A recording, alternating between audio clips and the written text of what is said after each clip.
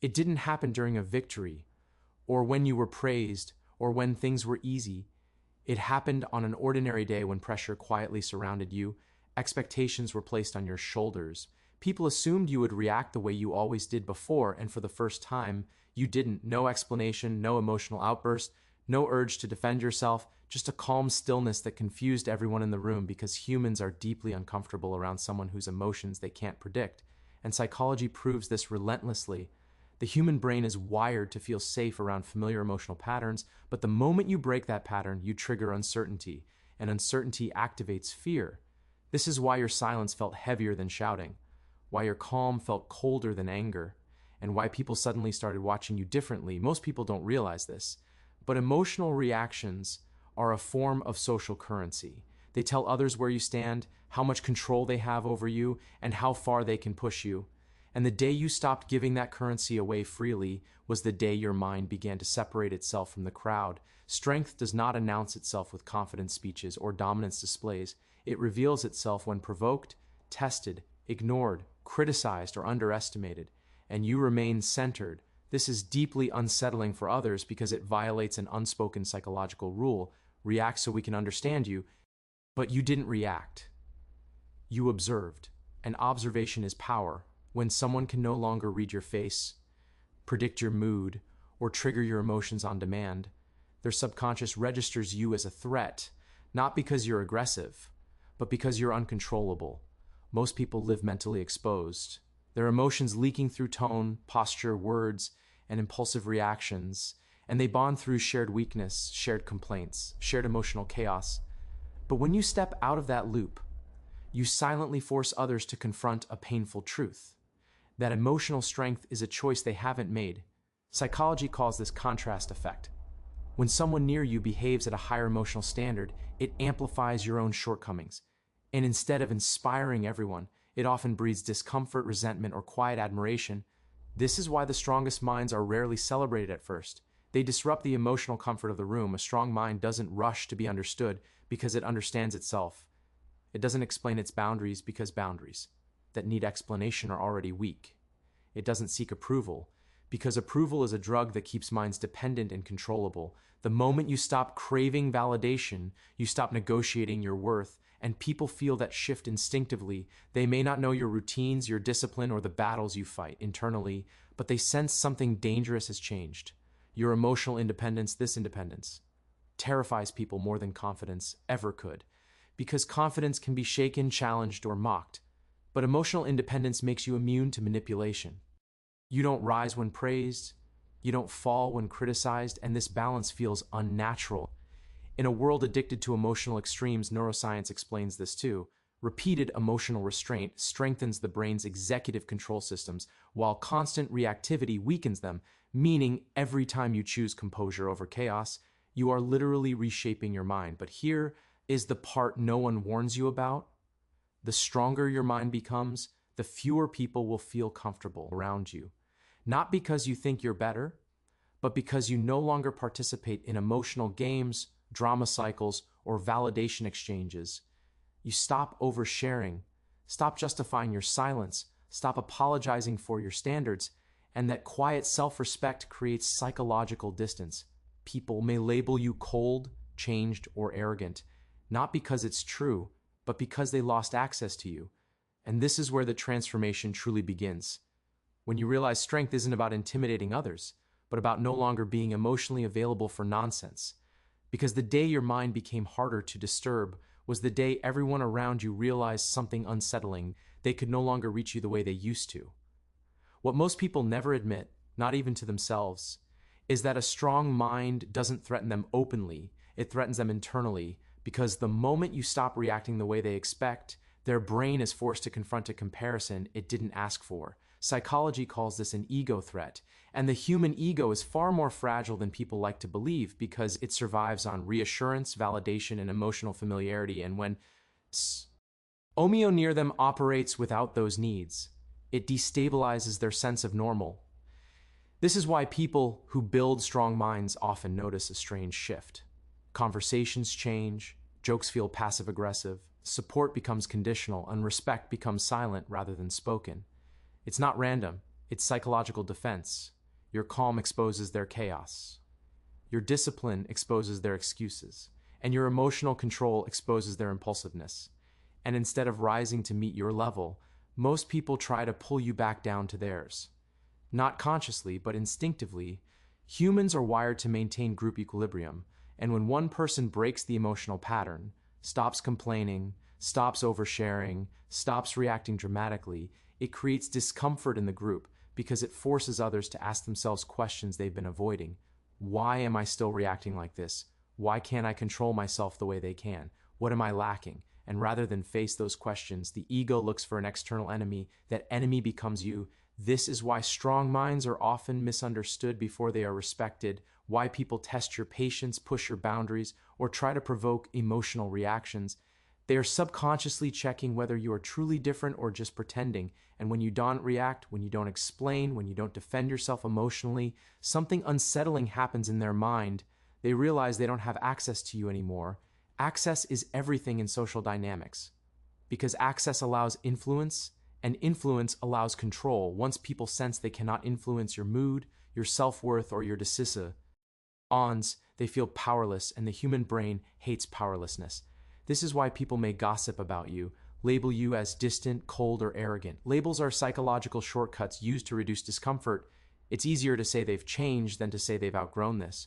Strong minds don't argue their truth, because arguing requires emotional investment, and emotional investment creates vulnerability. Instead, they let consistency speak, and consistency is intimidating because it can't be debated. You show up the same under pressure, under praise, under criticism, and under silence, and that stability feels alien in a world addicted to emotional volatility. Neuroscience backs this too.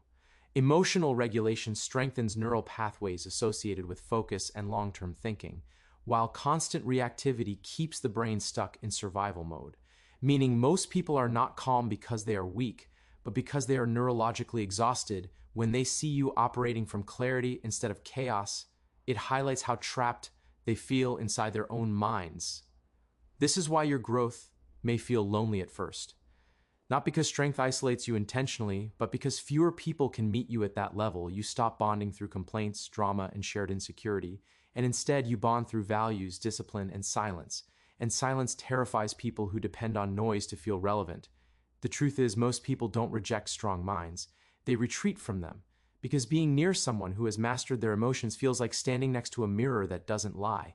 And not everyone is ready to look that deeply at themselves. A mind this strong is not born from motivation, inspiration, or sudden confidence. Those are emotional spikes, and emotions are unstable. It is forged slowly through repeated exposure to discomfort, restraint, and internal conflict. Because the brain only changes when it is challenged beyond what feels safe. Psychology and neuroscience both agree on this. Every time you resist an impulsive reaction, delay gratification, or sit with emotional discomfort without escaping it, you strengthen the neural circuits responsible for self-control, focus, and long-term thinking. And over time, this rewires who you are. Strong minds don't eliminate emotion. They govern it. They feel anger but don't obey it, feel fear but don't retreat, feel desire but don't become enslaved by it. And this mastery is what creates psychological dominance. Most people confuse self-control with suppression, but suppression is fragile and explosive, while mastery is calm and sustainable. Mastery means you can experience intense emotion and still act rationally, and that is rare. The process is uncomfortable by design, because growth happens in friction, not comfort.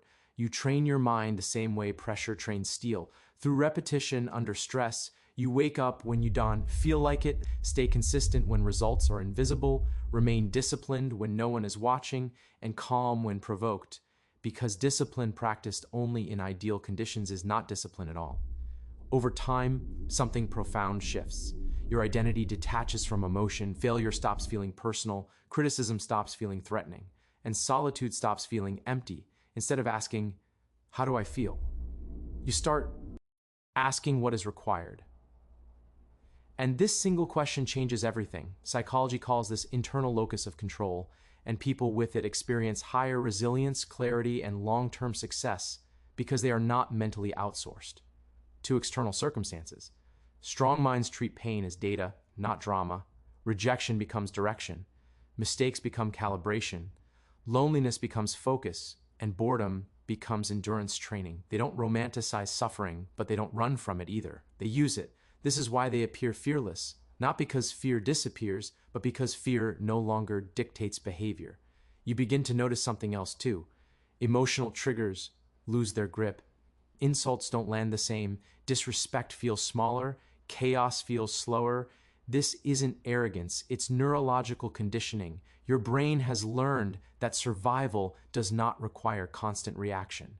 And as this discipline deepens, you become internally stable in environments that break others because your sense of self is no longer fragile. It is built on actions repeated daily, not on moods that change hourly. This is the phase where most people quit, because the results are internal before they are visible, silent before they are admired, and lonely before they are respected. But if you endure this stage, you cross an invisible threshold. You stop needing motivation because your behavior is now guided by identity, and identity is the strongest psychological force there is. There is a quiet moment, almost unnoticeable, when you realize the world hasn't changed, but your position in it has, because people no longer challenge you the way they used to, no longer push your boundaries casually, no longer assume they can access your time, emotions, or attention on demand. Psychology calls this emotional authority, and it emerges naturally when your inner world becomes stable enough that external chaos loses influence. You don't announce this shift, you don't explain it, you don't even react to it. Others simply sense it. Your presence feels heavier, not because you dominate, but because you are grounded. Your words carry weight because you don't waste them. Your silence commands attention because it's intentional, and your decisions feel final because they are not emotionally negotiated. People begin to mirror your behavior unconsciously. They speak more carefully around you, test you less, and respect your boundaries without being reminded, not out of fear, but out of recognition. A mind that cannot be rushed, provoked, or emotionally hijacked signals psychological safety and psychological power at the same time, and that combination is rare. Neuroscience explains this shift as well. Long-term emotional regulation strengthens neural coherence, meaning your thoughts, emotions, and actions align. And alignment is what people perceive as confidence or presence. At this stage, you no longer chase respect, because chasing is rooted in insecurity, and insecurity leaks. Instead, you operate from self-mastery, and self-mastery radiates. Competition feels irrelevant because you are no longer comparing identities, only refining your own. You don't prove, threaten, or seek dominance. You let consistency speak, and consistency over time becomes authority. This is why criticism loses its sting, praise loses its pull, and solitude feels productive rather than empty. You've built a mind that doesn't need noise to feel alive. People who once tried to provoke you now study you, not because you changed toward them, but because you changed within yourself. And here is the final psychological truth most never reach. The strongest minds don't intimidate by force, intelligence, or status. They intimidate through self-control, because in a world addicted to reaction, impulse, and validation, a person who governs themselves appears dangerous, unpredictable, and powerful. You don't seek to control others, yet others feel controlled by their own inability to affect you. This is the paradox of mental strength. The more you master yourself, the less you need from the world, and the less you need, the more untouchable you become.